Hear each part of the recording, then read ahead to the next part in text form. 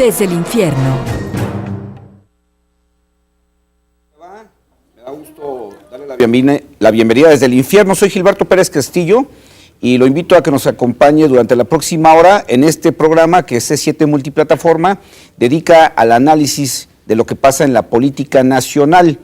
Les recuerdo que este programa se transmite por C7 Televisión, por radio, AM/FM y por internet. También le recuerdo que usted puede ser parte del contenido de este programa con sus opiniones, con sus comentarios, con sus preguntas. El tema de hoy creo que nos debe interesar a todos, la reforma electoral que se acaba de promulgar hace unos días y que cambia las reglas cómo elegiremos los mexicanos a nuestros gobernantes en los próximos años, en la primera elección en que se aplicará esto en el 2015, que habrá elecciones federales. Y usted puede participar con sus preguntas, comentarios, opiniones en el teléfono 3030-5307, pero también lo puede hacer a través de Twitter en la cuenta @desde_infierno. Para hablar hoy de esta reforma electoral, de estas nuevas reglas, algunas que se cambiaron, que son importantes, que usted conozca, me da mucho gusto tener aquí en el estudio a Carlos Manuel Rodríguez Morales, es vocal ejecutivo del ya casi extinto Instituto Federal Electoral en Jalisco, porque de eso vamos a platicar también hoy. El IFE, que usted conoce, que además pues ya de alguna manera estaba compenetrado en el lenguaje cotidiano de la gente, la credencial del IFE, saca tu IFE, préstame tu IFE, bueno, cambiará. Y ahorita Carlos Manuel Rodríguez nos dirá, cambia al Instituto Nacional Electoral. Me da mucho gusto tenerte aquí, Carlos Manuel. Hola, ¿qué tal? Muchas gracias, Gilberto. Gracias por estar aquí. Gracias por la invitación aquí Gracias por estar infierno, hombre, este programa tan visto. Es un poco caluroso, ¿no? Un poco caluroso estar aquí desde el infierno. Carlos Manuel Rodríguez, ¿qué son desde el punto... Y te quisimos invitar a ti para ver el tema de la reforma al margen de los intereses de los partidos. Que sea alguien, por ejemplo, como la autoridad electoral, que nos diga a quienes nos están escuchando, que nos digas, desde el punto de vista de la imparcialidad de la autoridad, ¿qué crees tú que es destacable de esta reforma electoral que se acaba de promulgar hace unos días? Bueno, esta reforma política trae algunas cuestiones realmente interesantes. La reforma política, hay que recordar, es consecuencia de aquel pacto que fue firmado por el presidente de la República con algunas fuerzas políticas, el PAN, el Partido de Acción Nacional, el Partido Revolucionario Institucional, el Partido de la Revolución Democrática, y también se incorporó el Partido Verde. Sí. Recordarán que ese pacto fue uno de los primeros actos en el ejercicio de este gobierno, encabezado por el actual presidente de la República. Y bueno, el pasado diciembre fue aprobada esta reforma constitucional, de tal manera que recientemente ya fue publicada y a partir de ahí inicia su vigencia. Tiene algunos aspectos importantes. Yo podría señalar que es un logro sobre todo para las mujeres, el que se dé la paridad de género, que se aplique para las candidaturas que surgirán de los partidos políticos, de las distintas fuerzas políticas, ese 50% de candidaturas que serán ocupadas por varones y un 50% por mujeres. Este era un viejo reclamo de parte de las mujeres y esta es una medida que ha tomado el legislador, una medida, yo la entiendo temporal, porque precisamente esta es una medida con el propósito de motivar la participación, emparejar la cancha de alguna forma, que haya restituir tantas décadas en las que las mujeres no tuvieron acceso al poder. Que haya igualdad entre los hombres y las mujeres en aspectos estos como el de la participación política. Entonces, este es un aspecto muy importante. Hay otros aspectos que para mí, son relevantes sin duda, pero la posibilidad de establecer gobiernos de coalición, pero no veo que en estas condiciones, que sea muy cercano en este tema, entramado institucional que tenemos, con este sistema político electoral que tenemos, no creo que funcione, ¿no? Porque esto derivaría de un impulso del presidente de la República, y prácticamente de que quien gana prácticamente estaría compartiendo el poder con otra fuerza política, que está complicado, yo me ¿no? pregunto, ¿quién lo haría? Claro. Es más, por muy cerrados que resulten los comicios. En la práctica, así es. Digo, yo lo veo de difícil aplicación. Y además la humildad no se les da como para sentir. Luego, hay otro aspecto también importante que sería la transformación de la Procuraduría General de la República, pero ya cae en el aspecto de la justicia cancha, más que en lo electoral. Así es. Sin embargo, lo que ha resultado... Bueno, tendremos también la posibilidad de que si alguien que nos está viendo y escuchando le late ser candidato a algo y no quiere ser militante del partido, la posibilidad de que sea candidato independiente. Bueno, este es otro de los aspectos que surgen en la reforma política, pero ya prácticamente en este esquema de lo electoral. Vamos, ya la Constitución había sido reformada con el propósito de reconocer a los ciudadanos su derecho de participar y postularse para cargos de representación popular. Porque la propia Corte ya iba en ese sentido resolviendo asuntos, ¿no? A través de las candidaturas independientes. De alguna manera haciendo la excepción de que no necesariamente los partidos políticos serían el conducto natural, el monopolio para del acceso para estos efectos. Entonces, tenemos este aspecto que ya la reforma constitucional toca algunas cuestiones, nos da alguna luz, particularmente en lo relacionado con las cuestiones de las prerrogativas. Por ejemplo, para el caso de la asignación de tiempos en radio y televisión, ya la reforma constitucional nos da una pista, nos dice, bueno, podrían tener tiempos para de alguna forma promover sus candidaturas, pero serían en el rango del 30% que se aplica. Digamos, del partido más chico, con el registro. Que se aplica de manera igualitaria para todos los partidos. Entonces, se le asignaría una proporción como se le asignaría a cualquier otro partido, pero esa proporción estaría dividida entre todos los candidatos independientes. Sí. Aparte, son migajas de la rebanadita. Bueno, ¿no? de otra manera, yo lo veo muy difícil que a un candidato independiente se le asigne el mismo tiempo que a un partido político. Proporcional a un partido que ya tiene sus décadas o sus años. Creo que el legislador aquí lo que hizo fue, de alguna forma, reconocer un derecho ciudadano y de alguna forma darle esta base constitucional para que los ciudadanos no puedan de alguna forma verse impedidos de participar y máxime si habrán de reunir los requisitos que la ley establece, que este es uno de los pendientes que existen por parte del legislador, es parte de las tareas pendientes, porque tendrá que establecer los requisitos. Si quieres, continuamos con esto, Carlos, tenemos que hacer un primer corte. Le recuerdo el teléfono 3030-5307 y Twitter, @desde_infierno. Continuamos con Carlos Manuel Rodríguez del IFE, platicando de esta reforma electoral, cómo elegiremos gobernantes los mexicanos a partir de 2015. No le cambio, ahora regresamos.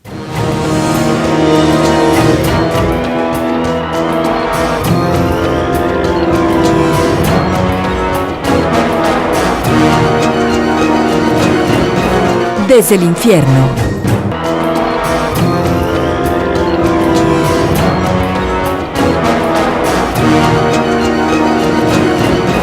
Desde el infierno. Estamos de regreso. Les recuerdo que estamos platicando con Carlos Manuel Rodríguez, vocal ejecutivo del IFE en Jalisco, sobre la reforma político-electoral recién promulgada, y le recuerdo también que usted puede ser parte del contenido de este programa comunicándose con nosotros al 3030-5307 o vía Twitter @desde_infierno.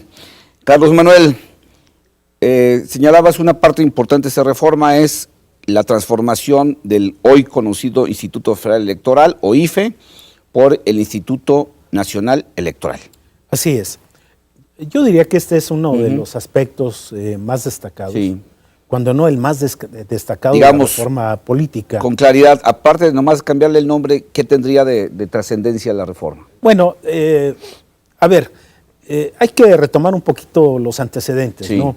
Recordaremos que hubo un primer impulso de crear una superinstitución que incorporara también a los institutos estatales. A todos los órganos electorales de los estados. Fue en su momento, cuando se debatió en la opinión pública sobre este proyecto del legislador, pues hubo voces encontradas en ese sentido. Fue un tema sumamente polémico. Y de alguna forma el legislador fue, y además las fuerzas políticas, fueron receptivas y sensibles por ahí a las expresiones, de tal manera que aquel proyecto que pretendía desaparecer los institutos estatales electorales en el país, de alguna forma quedó nada más en una mera intención, de tal manera que no desaparecen los institutos estatales electorales. Pero sí hay algunos aspectos que resultan distintivos, como es el caso de que ahora el Consejo General del INE que surja es el que 11 tendrá, consejeros. serán 11 consejeros, que van a ser 10 electos consejeros y un consejero presidente, sí, que ahorita vamos a comentar cómo van a elegirse.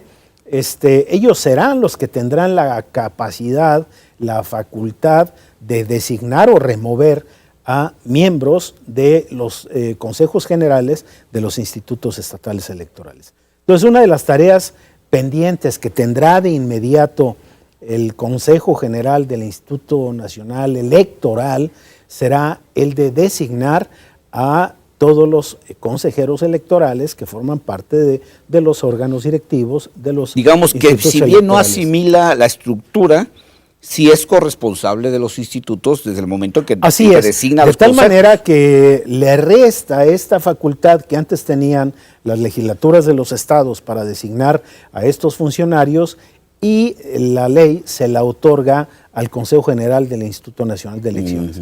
Este es uno de los aspectos distintivos.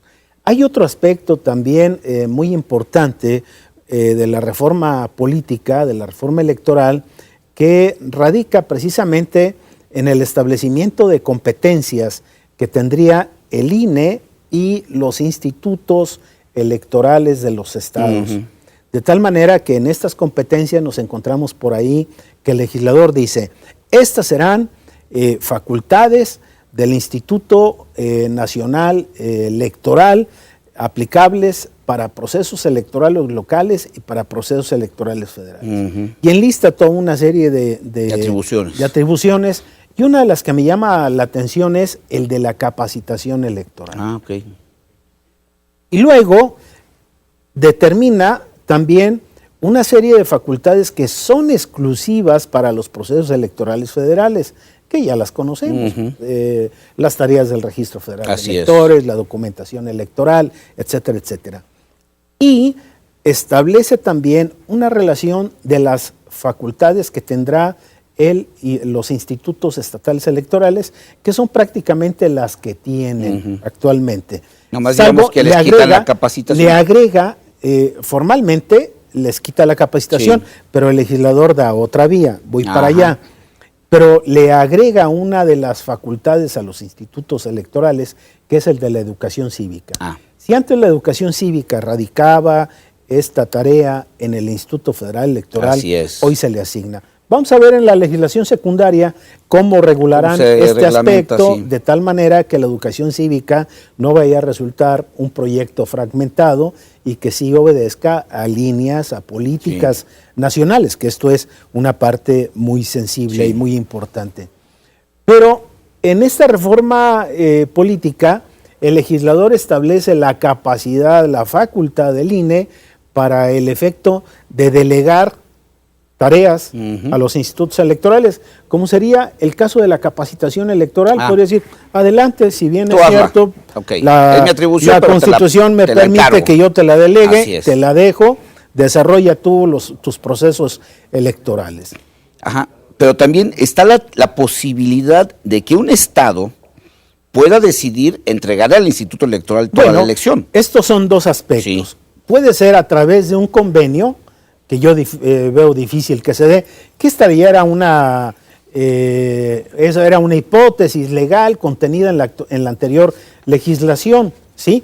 Es decir, se mantiene, pero por otro lado hay la posibilidad para que algún planteamiento formulado por alguna fuerza política relacionada con un proceso electoral pueda hacerse llegar al Consejo General del INE, del Instituto Nacional Electoral, y decir, señores, yo no confío aquí. Aquí requerimos que el Instituto Nacional Electoral intervenga, conduzca el proceso, y aquí hay una figura jurídica de tal manera que aquí el Instituto Nacional Electoral podría atraer esas facultades y hacerse cargo de esas tareas. En el orden práctico, claro, representaría un enorme reto para quienes formamos parte de la estructura desconcentrada del Instituto Federal Electoral, pero son retos. Yo te quiero decir que de alguna manera ya pasó la etapa de la especulación de cómo venía la reforma política. Creo que pasó la etapa en la cual teníamos la oportunidad de opinar, de decir no me parece, no me gusta. Hoy que ya es letra plasmada en la Constitución, en el Servicio Provisional Electoral lo asumimos con una gran apertura, lo asumimos con una gran disposición y lo entendemos como un reto, la verdad. Sí. Y la verdad es que es un reto enorme. Entonces, estamos abiertos y muy atentos a lo que el legislador vaya a establecer en la legislación secundaria, que este será un aspecto neurálgico, porque de ahí cómo se configure la legislación secundaria, veremos en plenitud toda la intencionalidad. Sí, ya todos los detalles de cómo se va a aplicar esta reforma. Toda la intencionalidad del legislador y todos los detalles. Sí. Pero la verdad no nos causa mayor preocupación, porque finalmente en la legislación electoral, de alguna forma ya hay procedimientos, ya hay esquemas de trabajo plasmados por el legislador, equipos, de tal manera que constituyen verdaderos candados que vienen a blindar los procesos electorales y seguramente estos van a permanecer. Habrá algunos otros aspectos en donde habrán de perfeccionar la legislación sobre la aplicación de tiempos del Estado para fines políticos, algunos aspectos relacionados con, de alguna manera, con las quejas, que por cierto ya al Instituto Federal Electoral le estarán quitando esa facultad de sancionar, que de alguna manera en la práctica nos enfrentaba con los partidos políticos y hasta con los consejeros electorales. Y que acaba siendo resuelto en definitiva en los tribunales. Así es, de tal manera que hoy la tarea que habremos de realizar en este sentido ante las quejas sería la de integrar expedientes, y turnarlo al Tribunal Electoral, y él será el que vaya a resolver. Fíjate, tú tocabas ahorita el tema de los tiempos oficiales. Bueno, en este sentido, para irle dando salida a las preguntas del público, Jorge Corona dice, bueno, te manda a saludar, me va a saludar también, dice, ¿qué va a pasar con los órganos electorales? Ya lo estamos platicando, eso creo que está de alguna manera ya explicada. Everardo Magaña dice, y pregunta, ¿cómo es posible que habiendo tanta necesidad de servicios se gaste tanto en publicidad? Aquí creo que habría que hacerle la aclaración a Everardo. La parte que corresponde a radio y televisión son tiempos oficiales que el gobierno le entrega a los partidos, o sea, no es dinero gastado, pero obviamente sí hay un cúmulo de gastos que tiene que ver con el resto de la propaganda política, que ahí, hasta donde yo entiendo, no se toca, ¿verdad? Bueno, es probable que se toque. Es probable que se toque para el efecto de regular gastos de esta naturaleza. Me parece que es, hay una, y si mal no recuerdo, me parece que en los considerandos de este proyecto de reforma constitucional, ahí se establecen de alguna manera estas intenciones. Y la posibilidad de que pudiera anularse la elección de quien ganó, si se excede y se puede demostrar. La reforma constitucional, en efecto, establece que eso es bien importante. Si alguno de los actores se excede hasta en un 5% del monto que tiene del tope de campaña, pues puede ser causal para que efectivamente no se le reconozcan triunfos electorales. Entonces, para explicarlo más claro, al día de hoy, si yo me excedo en el tope de campaña que me pone la ley, al final me ponen una multa, pero yo voy a gobernar y me pasé la ley por abajo de las suelas, ¿no? Hoy tendría consecuencias muy severas, ¿no? Se me puede anular el triunfo. Inclusive, si la diferencia entre la primera fuerza y la segunda fuerza es muy reducida, hasta en el 5%, y se da esta circunstancia de un exceso entre hasta el 5%, puede ser causal también. Así es. Entonces digo, ahí sí que bueno que se empieza a tocar un punto importante, porque lo cierto es que había mucho exceso en esto en los partidos políticos. Carlos, si me das oportunidad, vamos a hacer otro corte. Vamos regresando a hablar de la reelección, porque hay una frase que los mexicanos teníamos muy clavado en la cultura, aquella de sufragio efectivo o no reelección, que hay que irlo guardando en el cajón de los recuerdos, porque desaparece prácticamente en México. No le cambie, 3030-5307, el teléfono para que se comunique con nosotros, Twitter, @desde_infierno. Regresamos ahora, no le cambie.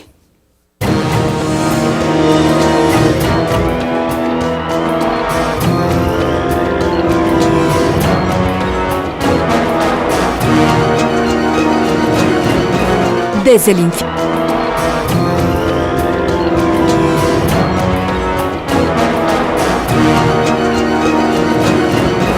Desde el infierno.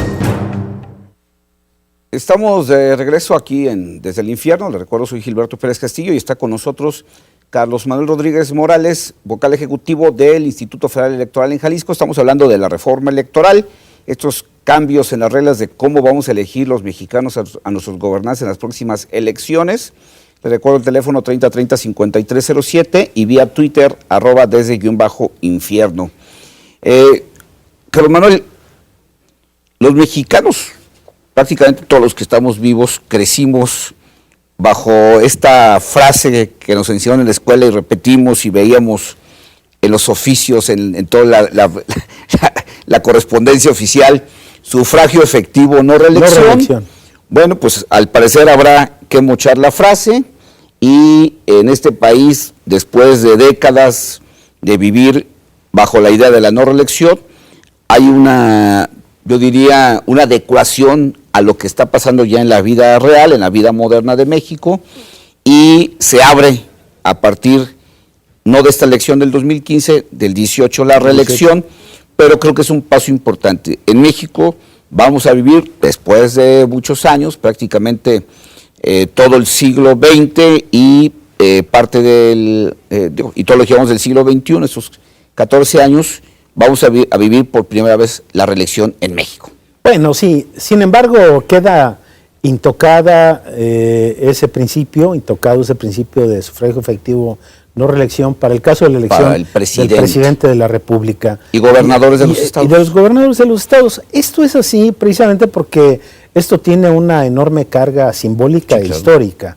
muy fuerte, de tal manera que yo veo muy difícil que pueda aprobarse en un futuro cercano. Por el pasado histórico que vivimos los mexicanos, obviamente todos recordamos a don Porfirio Díaz. Así es, y recordamos cuál fue precisamente la bandera enarbolada por Francisco I. Madero, ¿no? Y también creo que algunos ejemplos que estamos viendo aquí entre los vecinos, Venezuela, además, Nicaragua, Bolivia, pues también nos dan a pensar. Y además, bueno, la historia se repite y se repite en otros espacios. Así es. Volteemos la mirada hacia Centroamérica y a Sudamérica y vemos que se han enraizado en el poder una serie de personajes que se han asumido como verdaderos caudillos en sus países. Así es. Y vemos lo que está ocurriendo, Claro. Cuidado.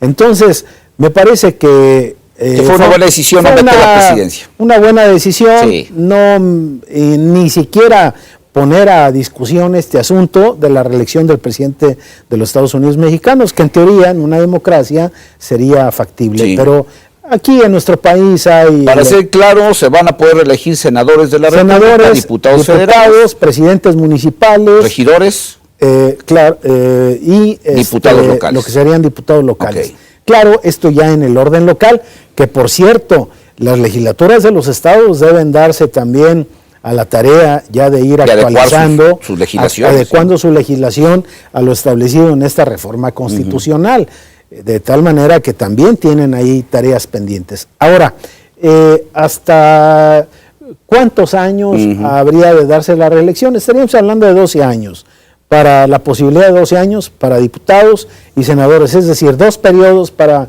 senadores, 4 para diputados. Ahora, ¿cuáles serían las ventajas? Bueno, podríamos ver como ventaja la posibilidad de que se profesionalice el ejercicio parlamentario en nuestro país. Hablan algunos también estudiosos de la materia que esto podría dar lugar a que haya un vínculo más fuerte entre el representante popular y el ciudadano, sí, y la posibilidad de que sí se den verdaderos compromisos entre el ciudadano y el representante popular, considerando pues aquello de la disciplina partidista, que votas por lo que te dice el partido, no por lo que la gente te reclama. Pero también hay otras voces que difieren y señalan que una medida de esta naturaleza no permite una que sería una movilidad, una debida capilaridad política, social movilidad y política, política, un mayor juego entre las fuerzas políticas, pero esto, bueno, vamos a ver cómo funciona. Sí. Y bueno, pues apostamos a que haya sido acertada la decisión del legislador, ¿no? Aquí hay una cuestión que yo me cuento entre ellos, hay, digamos, un cuestionamiento a la reforma electoral en materia de la reelección, dado que en los países donde sí ha funcionado bien este proceso, digamos, las dirigencias de los partidos no deciden la elección interna de los candidatos. Tenemos el caso aquí de nuestro vecino Estados Unidos, donde prácticamente la elección interna, lo que ya se llaman las elecciones primarias, no la organiza el partido, no la organiza la dirigencia del partido, la organiza la propia autoridad electoral, el propio órgano electoral. Y eso precisamente salva el escollo de que si algún legislador o algún alcalde o algún gobernador no es querido, no se disciplina las decisiones del partido, pues le pueden acomodar el proceso interno para frenarlo, ¿no? Ahora, me parece muy interesante este punto de vista. Sí. Y sin duda, reformas de esta naturaleza deben de ir acompañadas con un espíritu de mayor democracia. Interna también. Como estas medidas también que ha tomado el legislador en el sentido de la búsqueda de una mayor transparencia en los partidos políticos con el manejo de sus recursos, porque se trata de recursos públicos. Entonces, también estas deben de ir acompañadas de un mayor espíritu de transparencia, que es, de alguna forma, va de la mano con la idea de la democracia, ¿no? Sí, porque aquí lo que tendremos que cuidar es eso, ¿no? De que si tenemos un buen funcionario, que digamos el electorado, la ciudadanía quisiera ver repetir en el cargo porque estuvo haciendo bien su tarea, estuvo bien haciendo su chamba, pues no sean cortadas estas carreras por las dirigencias que digan, bueno, pues no, derivado de situaciones en las que no te determinan que no hubo una disciplina a la hora de sus votos en la Cámara de Diputados o la de senadores. O no correspondiste a los intereses del grupo dominante y entonces pues te pongo una convocatoria a modo, te dificulto el proceso y pues ahí a ver cuándo te reeliges, ¿no? Pero vamos a ver cómo funciona. Sí. Lo que aquí el legislador pretende es que efectivamente sea el ciudadano con su voto quien de alguna manera distinga un buen ejercicio legislativo, depositándole nuevamente su confianza al legislador. Sí, creo que eso es uno de los puntos importantes, insisto, porque prácticamente todos los mexicanos que estamos vivos hemos vivido bajo la idea de la no reelección. Serán contados los que habrán vivido la etapa donde todavía la reelección era posible, pero la gran mayoría de los mexicanos vivimos en la cultura de la no reelección. Entonces, pues va a ser un ejercicio interesante ver este nuevo momento de la política. Yo creo que es necesario que nuestros órganos legislativos cuenten con cuadros verdaderamente profesionales. Claro. Con una gran experiencia. Y yo creo que esto es fundamental. Conocedores del proceso legislativo, especialistas en ciertas materias. Me parece que este es uno de los aspectos destacables de esta y disminuye reforma mucho este fenómeno que también la sociedad creo que reprueba mucho, Carlos Manuel, de lo que llamamos el chapulinismo, ¿no? Que eres senador y luego brincas a regidor y luego brincas a diputado y luego brincas otra vez a otra cosa, precisamente al no poder hacer una carrera legislativa o al no poder ser un alcalde que no agote su permanencia en 3 años, sino que puedas continuar con un proyecto de ser alcalde, y creo que eso también va a ayudar a evitar ese chapulinismo del que tanto nos quejamos, ¿no? Y otra cosa, el legislador en la reforma a la Constitución establece ciertas reglas como para que no se dé este fenómeno, o cuando menos acotarlo, ¿no? Así es. De tal manera que si algún legislador pretende reelegirse y hacerlo a través de otro partido político, eso es importante. tendrá que hacerlo, tendrá que renunciar a ese partido, pero antes de la mitad de su ejercicio. Así es. Sí, que eso es muy importante también, porque también este fenómeno de que hoy soy verde, mañana soy rojo, pasado amarillo y luego azul, pues se prestaba precisamente porque no había una reglamentación que evitara ese salto de un partido a otro, porque yo creo que sobre todo la gente tiene claro que ese brinco tiene que ver con intereses personalísimos, no con una visión ideológica, una visión programática. De pronto veíamos a un político en un partido de derecha que se brincaba a un partido de izquierda o viceversa, ¿no? Y entonces quedaba claro pues que lo menos importante para ese político era la visión programática, simplemente la ambición de seguir en el poder, la ambición de seguir en el juego político, y aquí pues no me importaba qué siglas al final de cuentas me abanderaran, ¿no? Sí, un pragmatismo muy criticable, ¿no? Sí. Realmente. Y eso creo que es una de las partes fundamentales. Bueno, pues vámonos preparando los mexicanos a vivir en la reelección. Tendrá a lo mejor, como yo decía hace unos minutos, algunos asegúnes, como decimos, algunas cosas que no nos gustan al 100%, pero bueno, creo que es un primer paso, insisto. La mayor parte de los mexicanos no hemos vivido la reelección y es una buena oportunidad de Gilberto, me parece que estaremos viviendo nuevos paradigmas, ¿no? Sí. Entonces, pues hay que mantenernos abiertos. Sí. Y si esto de alguna manera conlleva a una consolidación o a contribuir a una consolidación de nuestra vida democrática, pues adelante. Finalmente, una de las intenciones también que tuvo el legislador para hacer el planteamiento de esta reforma política, particularmente estos asuntos del INE, pues es el de emparejar aún más la cancha de la competencia, ¿no? Hacerla más pareja. Esta era una de las grandes preocupaciones. Bueno, si es así y esto nos da por resultado procesos electorales menos polémicos, perfecto. Que yo lo dudo, los procesos electorales seguirán siendo polémicos. Porque finalmente tú lo sabes, estos acarrean pasiones. Claro. Y estos, sin duda alguna, resultan fenómenos muy interesantes. Y perder nunca deja contento al que pierde. Vamos a hacer un corte, el último corte. Le recuerdo el teléfono 3030-5307, Twitter @desde_infierno, y vamos a regresar a hablar de otro tema importante de la reforma electoral, sobre todo para quienes nos ven que son mujeres. Ahora se habla del 50% de obligación para las candidaturas para mujeres, cosa que resulta muy atractivo para quienes les gusta esta actividad. No le cambia, ahora regresamos.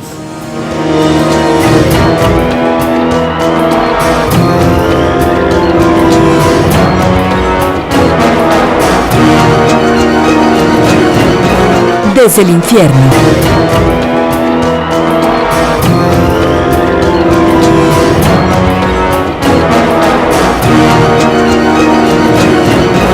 Desde el infierno. Estamos de regreso aquí en Desde el Infierno. Les recuerdo que está con nosotros Carlos Manuel Rodríguez Morales, vocal ejecutivo del IFE en Jalisco, y estamos platicando de la reforma electoral que tiene, ahí lo estamos viendo, cosas importantes, cambios importantes de cómo habremos de elegir los mexicanos a nuestros gobernantes. Hay cambios, ya hablamos de la reelección, el cambio de la Autoridad Electoral Federal, que es el Instituto Federal Electoral, ahora se llamará Instituto Nacional Electoral, pero también intervendrá en buena parte en los procesos electorales estatales, y bueno, la reelección, y ahora habremos a hablar de esto que se llama la cuota de género, donde el 50% obligatoriamente de las candidaturas deberá corresponder a mujeres, y de eso vamos a platicar ahorita, pero vamos a darle salida a algunas de sus llamadas. El profesor Fuentes dice que sugiere que se insista en que solo existan dos partidos políticos con objeto de hacer más económico el proceso electoral. Complicado que se pueda pensar en eso, ¿no? Es un esquema gringo, ¿no? Sí. Ahora, lo que sí hay en esta reforma es que se les incrementa de 2 a 3% el mínimo para que un partido político pueda mantener el registro, ¿no? Así es, se encarece el umbral para que puedan refrendar su registro. Así es, no a un 3%. Digo, los partidos que no tengan una representación mínima, pues se rezagarán, ¿no? Tendrán el riesgo de desaparecer, ¿no? José Jesús Camarena dice, ¿cuándo se pueden reelegir los candidatos o representantes de los partidos? Bueno, decíamos, se aprueba la reelección inmediata, que era lo que no teníamos. Digo, un diputado podía ser 3 años diputado, dejar 3 años de serlo y regresar. Un presidente municipal podría ser presidente municipal, esperarse 3 años y volver a postularse 3 años después. Ahora lo que estamos hablando es que se podrán reelegir de manera inmediata. De manera inmediata. ¿Verdad? En el caso de los senadores, de los diputados federales, diputados locales y presidentes municipales, podrán reelegirse al periodo siguiente. Cuando termina su primer periodo, podrán reelegirse al siguiente. Cosa que no existía antes. Entonces, podrá haber, digamos, continuidad en el ejercicio de un alcalde o en el trabajo legislativo de un diputado o de un senador. Claro. De eso estamos hablando. Hace unas semanas estuvieron aquí 3 mujeres desde el infierno, hablando precisamente de la importancia del impulso de las mujeres en la política, y analizábamos el tema de la cuota de género en el sentido de que de alguna manera es un acto de justicia y de equilibrio que trata de revertir lo que fueron décadas, muchas décadas en las que en este país las mujeres, para empezar, no podían ni siquiera votar. Y luego no tenían acceso a los cargos de elección popular, y fue, digamos, un proceso donde se les dificultó el acceso a la vida pública y a la vida política, ¿no? Entonces, de alguna manera, platicábamos en esa ocasión, este asunto de las cuotas de género, pues trata de revertir y de equilibrar esa situación. No es una dádiva, no es órale, para que no digan que no, sino es un acto de justicia. Pero ahora pasamos de un 30% que tenía la obligatoriedad de los partidos políticos de postular, digamos, se refiere a personas de un género diferente. Obviamente mujeres hablamos, porque la mayor parte de los candidatos siempre habían sido hombres, pero ahora estamos hablando de un 50 y 50%. Sí, ha habido una evolución. Primero un 30%, como lo decías, luego un 40%. Sin embargo, ahora ya el legislador ha decidido que existe esta paridad de género, de tal manera que los partidos estarán obligados a presentar para su registro un 50% de candidatos varones y un 50% de candidatos mujeres. Esto ya visto desde un punto de vista pragmático. Ahora, esta es una medida, como dices tú, es una medida de justicia. Sí. Esta es una medida necesaria porque es importante asegurar que la voz, la inteligencia y el sentido de responsabilidad de la mujer se haga presente en los centros donde se toman las decisiones importantes del país, donde se formulan las políticas públicas, de tal manera que la inteligencia y la sensibilidad femenina es importante que se manifieste en estos órganos del Estado mexicano. Ahora, esta sería una medida temporal. ¿Con qué temporalidad? No lo sé, porque es una medida afirmativa. Esto es precisamente con el propósito de evitar esa brecha tan amplia que se daba en estos campos de la participación política, en donde se le regateaba a la mujer la oportunidad de participar. Y hasta hace poco vimos algunos ejemplos, las famosas Juanitas, en donde una vez que tomaban posesión y ya enseguida renunciaban para el efecto de que dejara a su suplente, el esposo, el suplente o cualquier otra persona asumiera el cargo. Entonces, me parece que esto no debe ser, no debió haberse dado, y me parece que es una medida muy importante del constituyente. ¿Se refiere únicamente a las candidaturas de representación proporcional o también a las de mayoría? A todas. A todas, a todas. Y también se refiere también al orden local.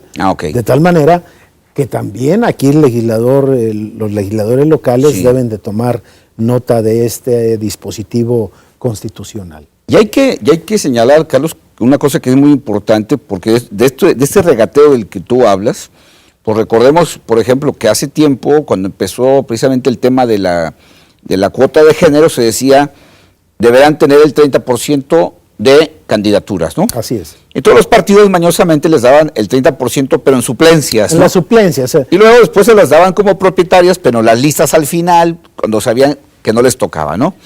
Digo, hay que señalar que ya desde hace tiempo la ley establece el orden en que deben ir precisamente las candidaturas para evitar que se simule esa paridad, ¿no? Y aquí hay un antecedente muy importante de esta medida legislativa, que fue la decisión tomada por la Sala Superior y que ya se aplicó en el pasado proceso electoral, de tal manera que buscaba precisamente que se diera ese real equilibrio. Pero ahora el legislador fue más allá y dijo, va el 50%, un viejo anhelo de las mujeres, muy justo. Es un reclamo una gran oportunidad que ha sido atendido, y tengo entendido que esta iniciativa partió del propio representante del Poder Ejecutivo Federal.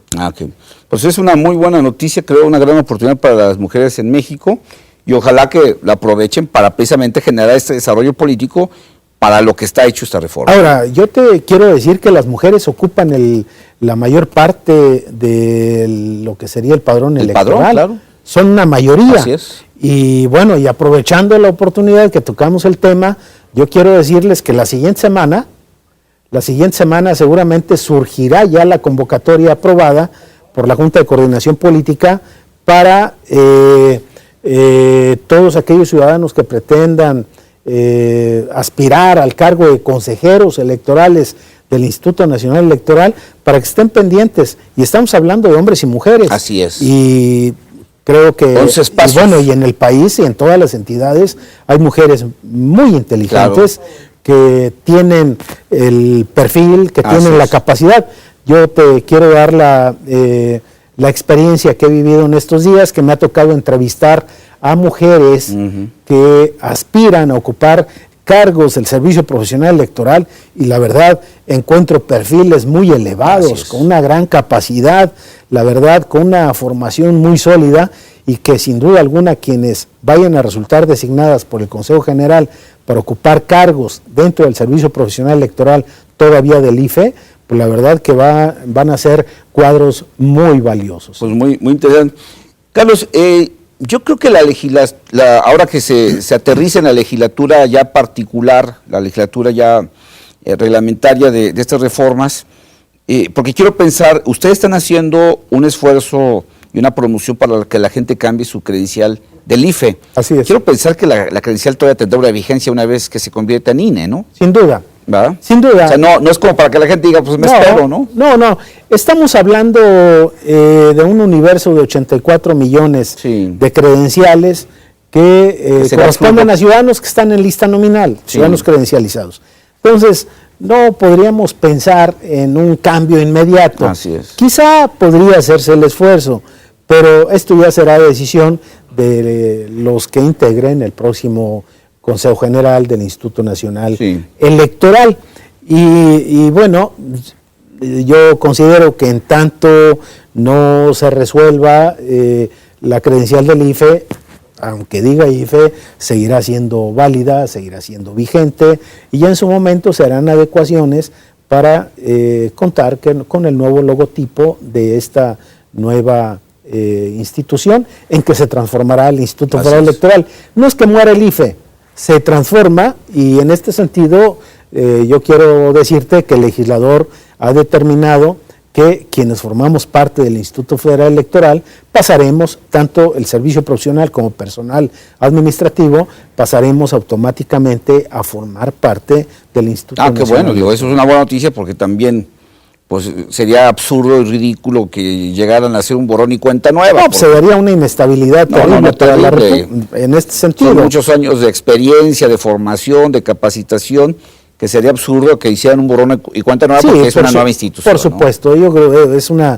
una medida muy sensata, no porque yo forme parte del servicio profesional electoral, sino porque es una medida muy... Además, esto forma parte del origen, del planteamiento de la reforma, que fue el voto de confianza, particularmente al personal del Instituto Federal Electoral, que es el que le ha brindado la confianza a las distintas fuerzas políticas. Y este es uno de los motores, precisamente, de esta reforma. Bueno, pues Carlos Manuel Rodríguez Morales, vocal ejecutivo del IFE, me dio mucho gusto.